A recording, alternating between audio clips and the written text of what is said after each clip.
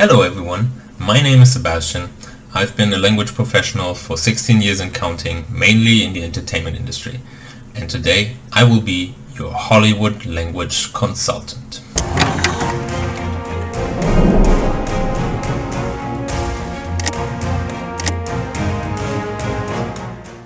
In this series, we take a look at movie and TV scenes involving foreign, that is to say non-English languages.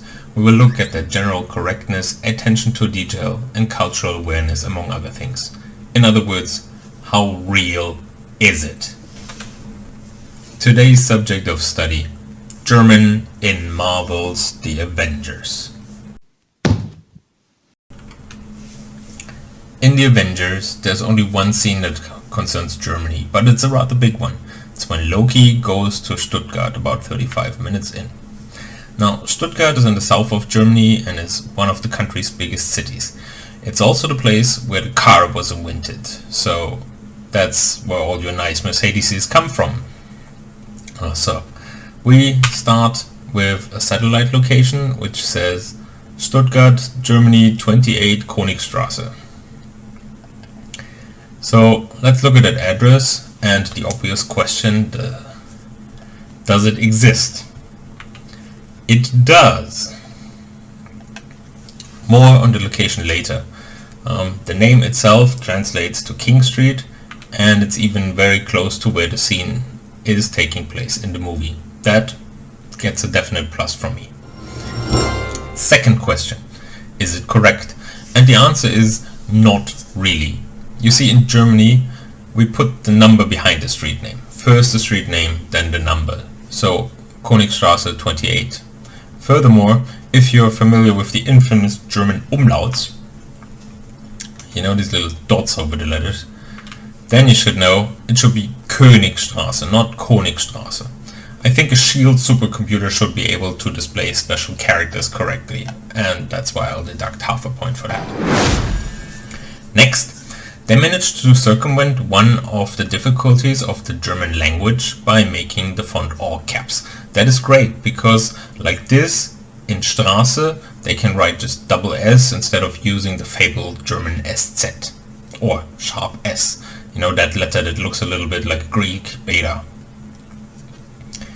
And that might just be dumb luck, but I'll give them the benefit of the doubt and mark that as a win, with half a point. What about the audio? Well, the agent says Königstraße. 28 Königstraße. And I don't know where he sees a U sound, but he's not pretending to be a German speaker, and this is probably his best guess, so no harm done in my opinion. Let's move on to the scene at the Opera House. Everybody's driving Mercedes in the hometown of Mercedes. All with the same rims on them, if you check this out. They're all wearing the same tires. And then there's a single BMW over here. Nonconformist. I don't know if that's particularly realistic, but using old German cars certainly sells an image. It's about 9:40 p.m. up here, so I guess the opera starts at 10. That's a bit atypical for Germany. It's usually the time where the play would end rather than begin. Start times are more between 7 and 8 p.m. Germans have early dinner. Taking a look at the banner in the background, it reads Eroberung und Opferung, conquest and sacrifice, and that's just foreshadowing for the plot. The dates are 4 May to 21st of October, that looks correct, and in red we have Kunsthalle Planie or Planie. I'm not intimately familiar with the place, but must be an art gallery in a certain area of Stuttgart. Looks all correct to me, no spelling issues and the like. We can give them another gold star for this one. In the next scene we see the logo of a security company, Schäfer Sicherheitsdienst. It translates as just that, Schäfer Security, and Schäfer is German for shepherd, so you get the intended imagery here. As Hawkeye walks past, the building, there is another sign that is barely legible besides the word Achtung, which translates as attention in German. And while I think such a sign would typically be yellow or red, there are no misspellings, or in the legible parts at least, so the prop master gets another plus from me. Next, we get the curator speaking German, but I can't make out any of it, the music is so loud, we'll just neglect that. And then, finally, comes something really critique-worthy, the retinal scan screen. Now this is your typical Hollywood fake where they're just winging it with auto translations instead of using a localization professional. Let's analyze this thing and figure out what went wrong. We'll look at three aspects. Is the spelling correct? Is the translation correct? And would a screen in Germany even look like that? So number one, the spelling is correct. We have the hyphen in the header, and the word doctor has a period. Nothing to complain about here. Secondly, is the translation correct? And while I don't know what the source text is, I'm all but certain it is not correct. Kennzeichnung up here at the top seems totally out of place. Kennzeichnung, or label in English, is something that you put onto something or assign to it, not something that you read out of it. Then we have positive Erkennung, which is just an unnatural wording for recognition. Either you recognize or you don't. There's no such thing as a positive or a negative recognition. And then lastly we have unlock in its infinitive form. Imagine this reads to unlock in English. That is nothing you would put as a status. You would maybe find that on a button you can activate or something actionable. But as statuses go in Germany, we either use nouns or we use a gerund. The same way that in English you would expect unlocking here, not to lock, or to unlock, sorry. And then thirdly, would a screen in Germany even look like that? And I'd say it is unlikely. My recommendation would have been to leave the screen in English. Such a security system would much likely be implemented in English. I mean, what's the purpose of having this interface German when you don't interact with it? None. It's just displaying something, blink, and you miss it and it's gone. Not to mention that nobody, and I mean nobody in their right mind, would run or buy a security software that shows this little effort in getting the interface translation right. I mean, just think of your own computer. Would you install an antivirus software on your computer when its interface is full of unnatural wording? Would you trust that thing? Hell no, I wouldn't. So there you have it. This is low effort localization and a big minus in my book. Alright, let's move on. Next, in the movie, Loki moves outside to the square, which gives us a lot of things to analyze, and I'll start with the real world geography in Stuttgart. The location that we have in this scene, the opera, the Schlossplatz, which is the castle square, the Hauptbahnhof, which is the central station, and the aforementioned address Königstraße 28, are all within a stone's throw of each other. And that's cool, right? There's also the regional parliament here, which would assure a certain police presence like we see in the scene. However, these locations, they don't share a common square. They are more spread out than that. But, you know, unless you're actually living in Stuttgart or are intimately familiar with it, I'd chalk this up as a win. Somebody did at least some sort of research. I mean, in movies, you know, LA or Toronto or Atlanta are doubling for New York all the time. In my mind, this is close enough to be a win for sure. Now, the square scene wasn't filmed on location, as we just concluded, so the shoot was done in Cleveland, Ohio, of all places, where they constructed a German-looking Schlossplatz like this. I think it looks credible. Some details are amazing and some details are real head scratchers to me. Shall we take a look? Let's start with this awesome Schlossplatz theater. It looks great. Looks really like something I could actually find in a German city. I love the integration of the SZ, which is, as I said, this Beta looking letter in the middle there. Schloss, the word castle, used to be spelled with this letter until the spelling reform in 1996, where it was changed to a double S. So yeah, traditional places would still have it this way. And you can also see it in the street sign to the left. And it also says Schlossplatz. Not the easiest word to say, by the way. Then, the red and orange marquee that we have here. This reads Stuttgart Philharmoniker, Richard Wagner, Der Ring der Nibelungen. So that's the name of the composer and the piece, and they're both very famous. The same thing is also written on the door next to it with that blue awning over here. So Stuttgart Philharmoniker, however, is close but no cigar.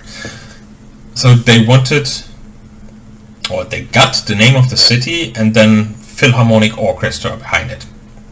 Like you would have in English, like New York Philharmonists. In German though, you wouldn't use the town's name, but the town's adjective. So instead here we would have Stuttgarter Philharmoniker, which is a real organization that exists. So maybe this is an oversight, or maybe it is done on purpose to not involve this existing organization. I can't tell. Let's move on to the police cars we have here, and this is my biggest beef that I have with this scene. The make and models are that's Volkswagen Passats, maybe. That's fine, Germany has those as police cars, among others. The logo has probably been removed because it's a movie. Who cares? Polizei, spelled correctly, of course, should be easy enough.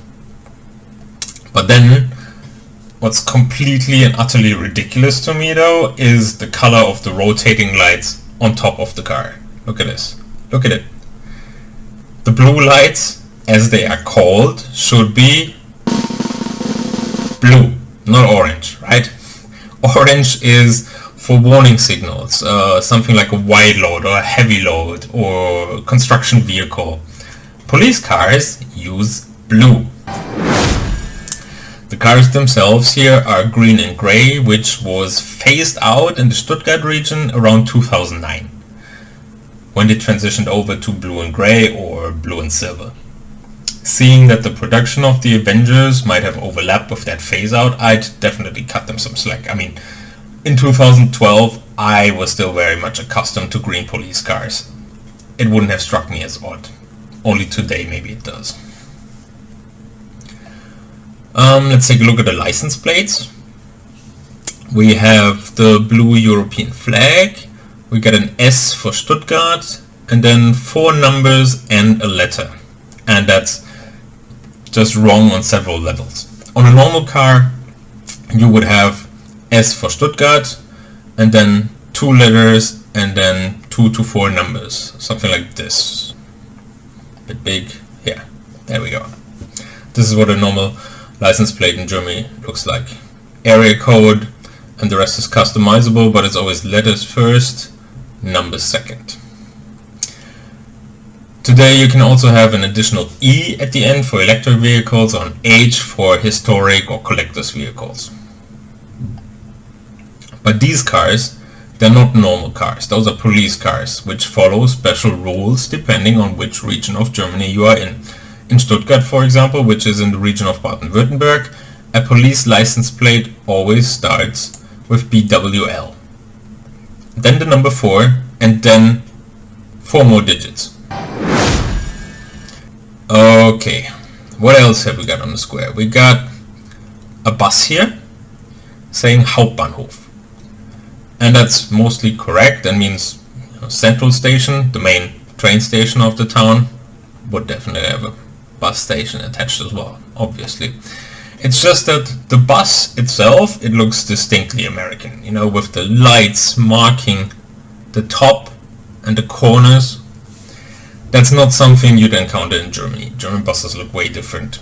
And then there's the fact that the buses in Stuttgart are yellow. Well, who knows that outside of the city?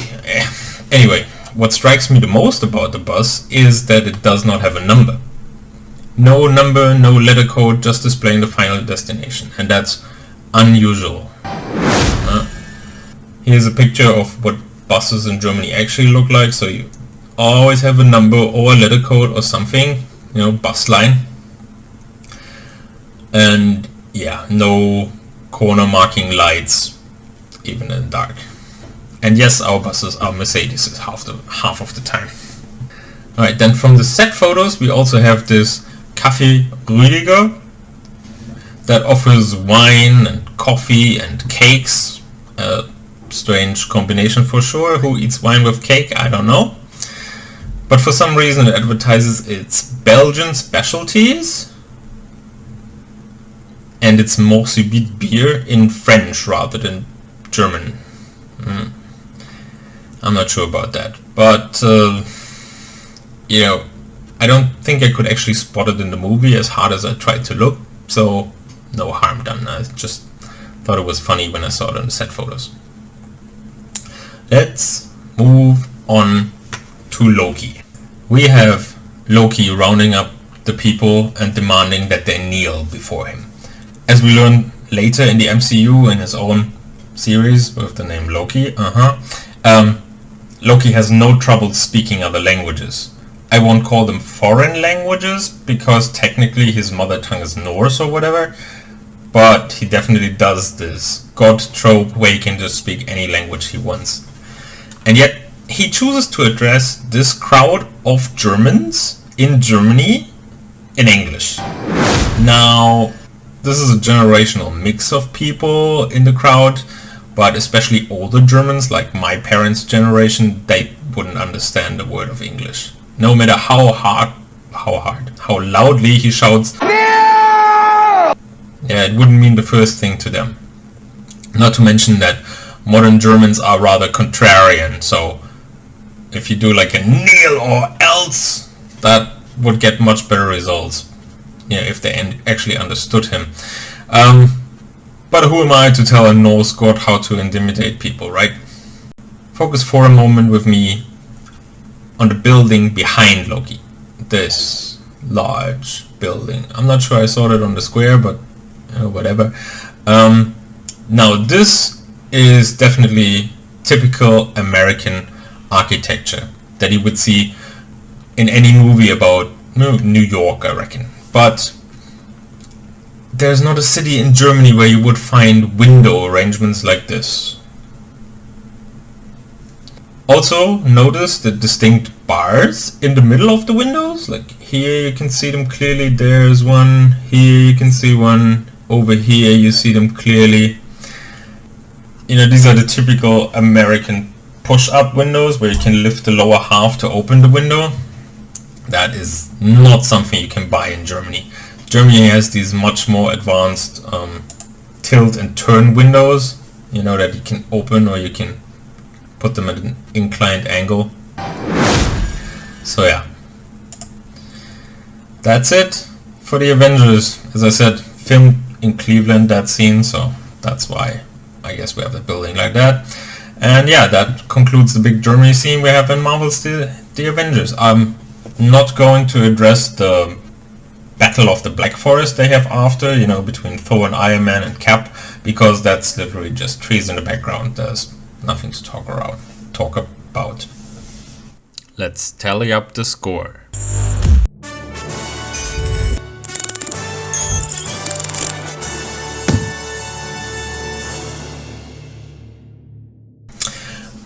Alright! Tell me in the comments what you think of this kind of analysis. Did I catch every detail in the movie? Have you learned something new? If you want others to find this video, please tell the YouTube algorithm by leaving a like or share it on your platform of choice. And if you want me to make more of these videos, the best way to let me know is by subscribing to the channel. Have a wonderful day and auf Wiedersehen in the next one.